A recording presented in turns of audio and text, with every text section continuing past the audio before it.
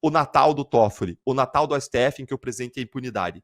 No dia 20 de dezembro, no dia seguinte, quando eu já tinha começado o recesso judiciário, o Toffoli surge com mais um presentão de Natal. Dessa vez para os irmãos Wesley e Joesley Batista, donos multibilionários da JEF. O Toffoli anunciou que a multa de 10,3 bilhões, que foi uma multa estabelecida com a concordância da empresa e com a confissão de uma série de crimes de corrupção, em que a própria empresa concordou em devolver esse dinheiro para os cofres públicos, essa multa não vai mais precisar ser paga. Gente, ele está tirando da sociedade dos brasileiros 10 bilhões de reais numa canetada de um juiz.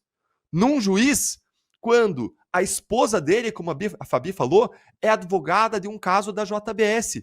E o escritório dela atua para a JBS. O dinheiro vai entrar para o escritório e vai ser distribuído de lucro para todo mundo.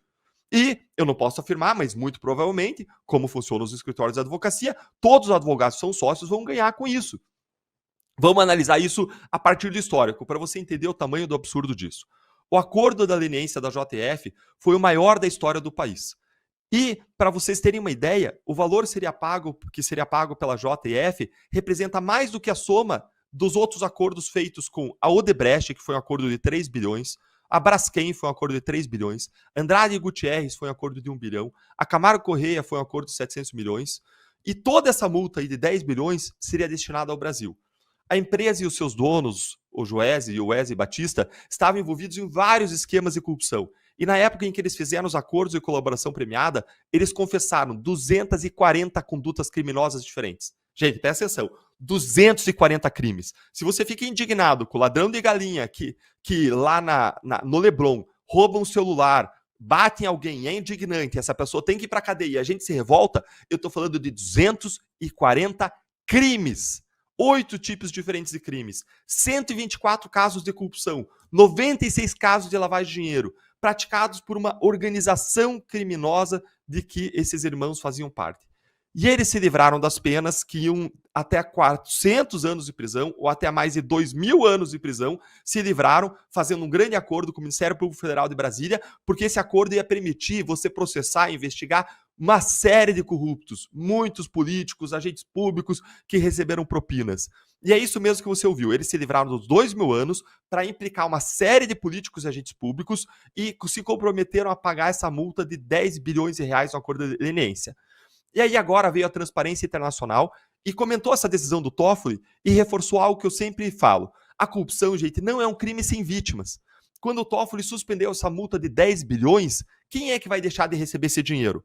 As vítimas, nesse caso, são todos os aposentados. Gente, vinha na Procuradoria, na Lava Jato, senhorinhas que choravam na porta da Procuradoria, dizendo que elas não iam mais ter a pensão, a aposentadoria delas, porque elas eram aposentadas pela Caixa Econômica Federal ou pela Petrobras, e o dinheiro foi roubado. Então elas não iam mais receber a aposentadoria, iam ter um decréscimo imenso na aposentadoria. Senhorinhas que trabalharam a vida inteira, contribuíram a vida inteira para os fundos e que foram fundos que foram geridos pelo PT, foram roubados pelo PT, e fundos de pensão como fundos dos aposentados da Caixa Econômica, que deveria receber 1,75 bilhão, 2 bilhões, e que não vai receber porque essa multa foi derrubada pelo Toffoli.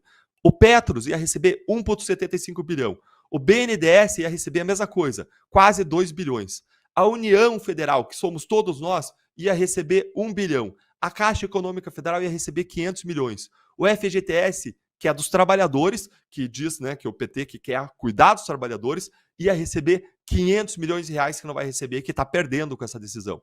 A sociedade em geral iria receber, por meio de projetos de educação, saúde, prevenção da corrupção, mais de 2 bilhões de reais. E todos nós perdemos com isso. Todos nós. E qual foi a alegação do Toffoli para fazer isso? Presta atenção. O Toffoli disse que existiam indícios de que a empresa, a JF, fez um acordo sem voluntariedade, debaixo de pressão. Peraí, como assim debaixo de pressão? Qual é a pressão? Qual é a prova dessa pressão que o Toffoli alegou? Nada. Nenhuma prova. Nenhum ato. Ele não apontou um ato de pressão. Nada. Zero, zero, zero. É inacreditável a desfaçatez com que o ministro Toffoli derrubou o caso sem apontar um ato concreto, com base em alegações abstratas. Não pode ter tido pressão. Pode ter tido algum tipo de pressão. Ora, se eles estavam com medo da lei e de responder pelos crimes, essa é uma pressão legal, legítima. A lei existe para isso. se eles fazem acordo debaixo da pressão das consequências dos crimes que eles praticaram, é certo que isso aconteça. Não tem nada de errado em o fato da lei prever consequências como punições para os crimes. E se eles fizeram com medo das punições pelos crimes que praticaram, tanto bom, vão fazer, não tem nada de errado nesse tipo de pressão. Agora, se teve algum tipo de pressão ilegítima, ilegal, aí é ônus do Toffoli apontar, mas ele simplesmente não apontou. E ele falou ainda do suposto conluio entre acusação e juiz, mas espera aí, esse suposto conluio, se existisse, existiria em Curitiba, esse acordo foi feito onde? Em Brasília. Então vejam a falta de lógica da argumentação, a falta de embasamento. E se isso não te embrulha o estômago, você ainda não entendeu o que está acontecendo. Isso é você que vai sofrer, sou eu, porque essa mesma falta de lógica que é aplicada nesse caso, é aplicada em todos os outros casos que estão sendo anulados pelo Supremo Tribunal Federal para que a corrupção e a impunidade continuem a imperar no nosso país. Nós não queremos viver num país de corrupção e de impunidade, mas é isso que vai acontecer enquanto esse STF que nós temos aí não for confrontado por um Senado. É isso que vai acontecer enquanto a gente não encher o Senado de gente boa para confrontar o Supremo e para limitar os abusos que são praticados, tanto nos casos do 8 de janeiro, quando o Estado está se excedendo e praticando imensas injustiças, como também nos casos de corrupção, quando eles garantem a blindagem do sistema político e dos corruptos que nos roubam há décadas.